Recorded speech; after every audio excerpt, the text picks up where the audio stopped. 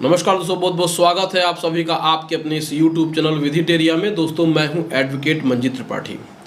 दोस्तों आज के इस वीडियो में हम बताएंगे कि अगर आपने अपने केसीसी का लोन नहीं चुकाया और आपने डिफ़ॉल्ट कर दिया, एनपीए हो गया और बैंक की तरफ से लगातार नोटिस आ रही है और आप उस नोटिस को रिसीव नहीं कर रहे हैं या फिर उस नोटिस पे ध्यान नहीं दे रहे हैं, तो ये आपके लिए एक बहुत बड़ा खतरा बन सकता है। जी हाँ दोस्तों, आज हमारे एक व्यूअर के साथ एक ऐसी ही घटना घटी है जिसको लेकर के कि मैं ये सोच रहा हूँ कि आपको उस घटना के बारे में बताया जाए। आज हमारे व्यूअर के साथ बहुत बड़ी घटना घटी है। केसीसी लोन लिया था उन्होंने एक एनबीएफसी कंपनी से और उस एनबीएफसी कंपनी का लिटिगेशन का जुडिक्शन यानी कि केस फाइल करने का जो क्षेत्र अधिकार वो राजस्थान के जयपुर में है और उन्होंने 12.5 लाख रुपए की केसीसी लोन ली थी। उन्होंने अपना ज़मीन मॉर्गेज किया हुआ था और उन्होंने डिफ़ॉल्ट कर दिया और उनको जब नोटिस आती रही तो उन्होंने नोटिस को इग्नोर करना शुरू किया। उनको समझ में नहीं आता था, नोटिस इंग्लिश में होती थी, तो उन्होंने कहा कि हमें कुछ समझ में नहीं आया और इसी तरीके से नोटिसें उनके पास आती रहीं और इसी तरीके से वो उसको इग्नोर करते रहे और आज अचानक उनको डीआरटी से वारंट इशू हो गया, यानी कि उनके खिलाफ वारंट इशू हो गया। अब पुलिस उनको पकड़ करके सीधे जयपुर के डीआरटी कोर्ट में प्रोड्यूस करेगी। अब आपको यहाँ पर कहना है कि सर केसीसी लोन में गिरफ्तारी कैसे हो सकती है और क्या केसीसी लोन में गिरफ्तारी होती है। जिसके पास नॉलेज नहीं होगा वो इस बात को समझेगा कि हम गलत बोल रहे हैं। तो इसी के लिए हमने आपको दिखाने के लिए ये देखिए, हम लोग का एक कानून की किताब है। मान लीजिए आप लोग को समझ में नहीं आएगा, इसको हम लोग बेयर एक्ट बोलते हैं। इसमें 2 कानून दिए हैं, एक आपका सरफेसी एक्ट दिया हुआ है, दूसरा इसमें दिया हुआ है डीआरटी एक्ट। तो ये जो लगा हुआ है पिंक कलर का ये जो कागज़ है वो ये है कि यहाँ पर सेक्शन 25 है। सभी लोग ध्यान से देखिएगा, ये कोई मजाक वीडियो नहीं है, बहुत ही सीरियस तरीके से हम आपको बता रहे हैं क्योंकि ऐसी वीडियोस आपको नहीं मिलेंगी। प्रैक्टिकल चीज़ हम आपको बता रहे हैं, प्रैक्टिकल करके बता रहे हैं, दिखा रहे हैं, समझा रहे हैं। तो आपको सरफेसी एक्ट बुक नहीं भी मिलेगी तो भी कोई दिक्कत नहीं है। आप ऑनलाइन गूगल पे जाकर सर्च कर लीजिएगा डीआरटी एक्ट 1993 का सेक्शन 25। मैंने बहुत वीडियो बनाया इस पर, लोगों को जागरूक किया है, लेकिन किसी ने भी बात नहीं मानी है। तो इसमें सेक्शन 25 यहाँ पे दिया हुआ है। इसमें इंग्लिश में लिखा हुआ है mode of recovery of debts, यानी कि जो भी ऋण है उसको वसूलने के ढंग क्या क्या है। तो इसका जो सेक्शन 25 है उसका सब सेक्शन 1A या फिर B, जिसको हिंदी में डबल क और ख बोलते हैं, कि प्रतिवादी यानी कि जो बॉर्वर है उसकी संपत्ति को पूर्व करके, चाहे वो संपत्ति आपकी मूवेबल हो, या मूवेबल का मतलब होता है एक जगह से दूसरी जगह जा सकती है, और इमूवेबल प्रॉपर्टी का मतलब होता है कि जो ज़मीन, घर, मकान, दुकान होता है, इसको बैंक जब्त करने का आदेश ले सकती है।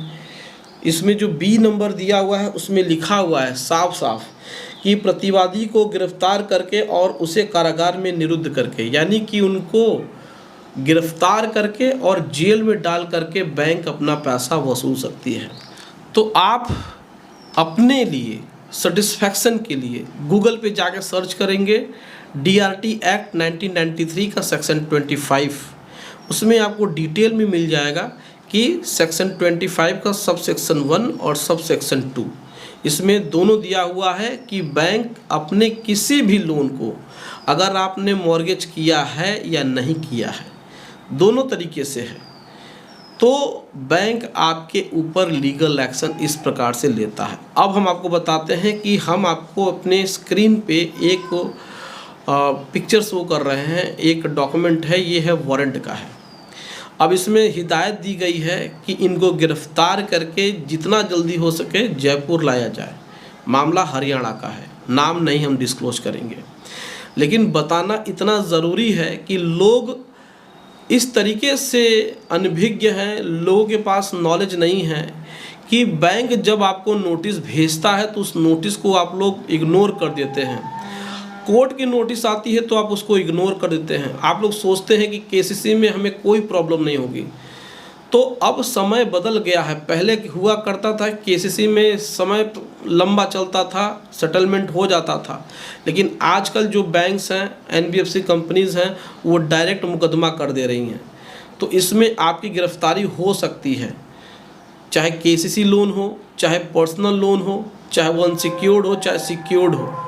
अगर बैंक ने डीआरटी में केस फाइल किया है और डीआरटी से आपको समन आए हैं अपीयर होने का, तो आप अपीयर हो जाइए।